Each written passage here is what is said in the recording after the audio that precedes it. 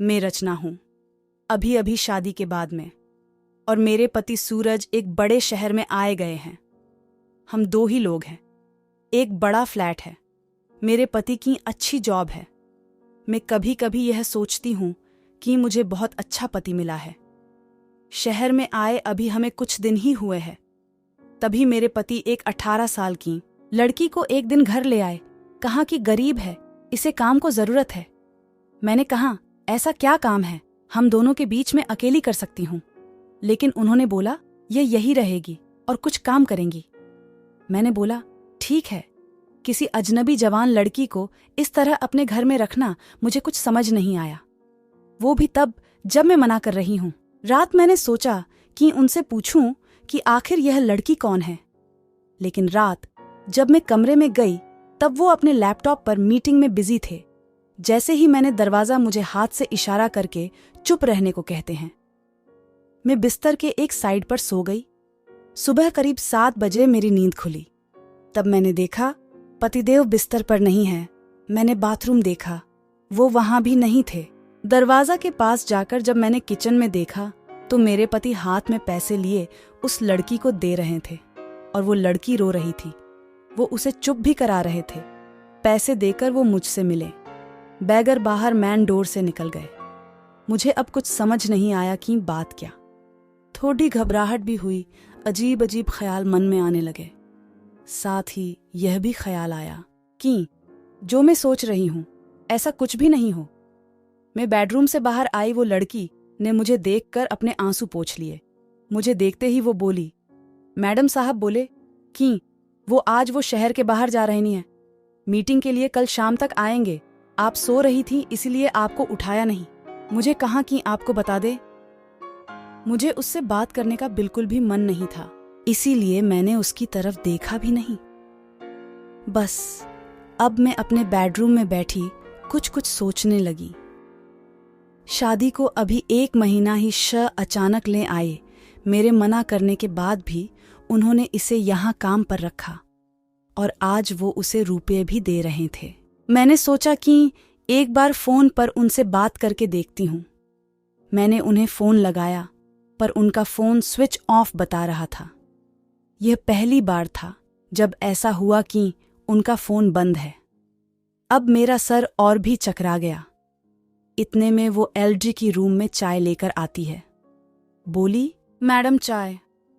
मैंने भी उसको पूछा, तुम्हारा नाम क्या है? बोली, राखी। उसके पास फोन भी था और अब वो वाइब्रेट हो रहा था। फोन को रिसीव करने वो दौड़ कर मेरे बेडरूम से बाहर गई। मुझे दूर से अब यही सुनाई दे रहा था कि उसने कहा कि मैं आती हूँ। फिर बात करके वो फिर मेरे बेडरूम में आकर कहती है, मैडम मैं 2 घंटे में आती हूँ, मुझे कुछ काम आ गया। इतना बोलकर वो मेरी हाँ सुने बगैर ही चली गई। मैं कुछ बोल ही नहीं पाई, लेकिन फिर 2 मिनट मेरे मन में आया कि क्यों ना उसका पीछा करूं, और मैंने 1 सेकंड में कपड़े चेंज किए और उसके पीछे हो गई। वो मुझे मेरी बिल्डिंग के नीचे दिखाई दी। उसके बाद उसने एक रिक्शा लिया। मैंने भी रिक्शा लेकर उसका पीछा किया। रिक्शा एक पतली सी गली में रुका। वो वहां से उतरकर पैदल चलने लगी। बहुत सारे छोटे छोटे घर से होते हुए वो एक घर के आगे पहुंची। मैं लगातार उसका पीछा कर रही थी। क्यों कर रही थी? क्या जानना चाहती थी? इसका मुझे कुछ पता नहीं था, बस मैं उसके पीछे थी। दरवाजा खुला और खुलते ही वो लिपट गई। उसकी मां से जोर से मां और बेटी दोनों रोने लगी। दरवाजा बंद करना भी भूल गए। मुझे लगा कि अब मुझे सामने जाकर बात करनी होगी कि परेशानी क्या है। मैं उसके सामने गई। मुझे देखकर लड़की बोली, मैडम आप यहाँ पर। मैंने कहा, तुम्हारे साहब बोल गए थे कि तुम्हारा ध्यान रखना। उसकी रोती हुई माँ बोली कि ऐसा इंसान बहुत कम मिलते हैं। मैंने पूछा, क्या परेशानी है, आप मुझे बताइए। माँ बोली कि इसके पिता साहब ऑफिस में सिक्योरिटी में नौकरी करते थे। अचानक हार्ट अटैक से उनका देहांत हो गया। इसका एक भाई है, लेकिन उसे पिने और जुए की लत है। वो मेरे पास 1 पैसा नहीं टिकने देता था। मैं अपनी परेशानी लेकर साहब के पास गई और उन्होंने पैसों से हमारी मदद की।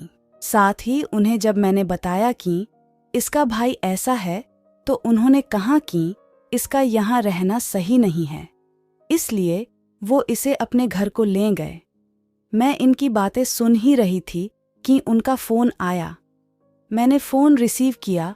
सूरज बोले कि उनका फ़ोन रात में मीटिंग की वजह से चार्ज नहीं था, इसका कारण बंद आ रहा था। मुझे पूछा कि कहाँ हो, तो मैंने बोला कि मैं उनके घर आई हूँ। सूरज बोला, हाँ मैं रात मैं तुम्हें बताने वाला था, पर मीटिंग की वजह से लेट हो गया और तुम सो गई। मुझे उस समय जो सही लगा वो मैंने किया, इसीलिए मैं उसे तुम्हारे पास ले आया। मैंने कहा बिल्कुल ठीक किया आपने। लड़की को लेकर फिर मैं अपने फ्लैट चली गई। अब मैं उसे और अपने पति दोनों को ज्यादा प्यार करने लगी। आशा करता हूँ कि यह कहानी आपको बहुत अच्छी लगी होगी। चैनल को सब्सक्राइब कर लीजिए और घंटे को दबाना ना भूलिए ताकि आने वाला वीडियो सबसे पहले आप तक पहुँचे।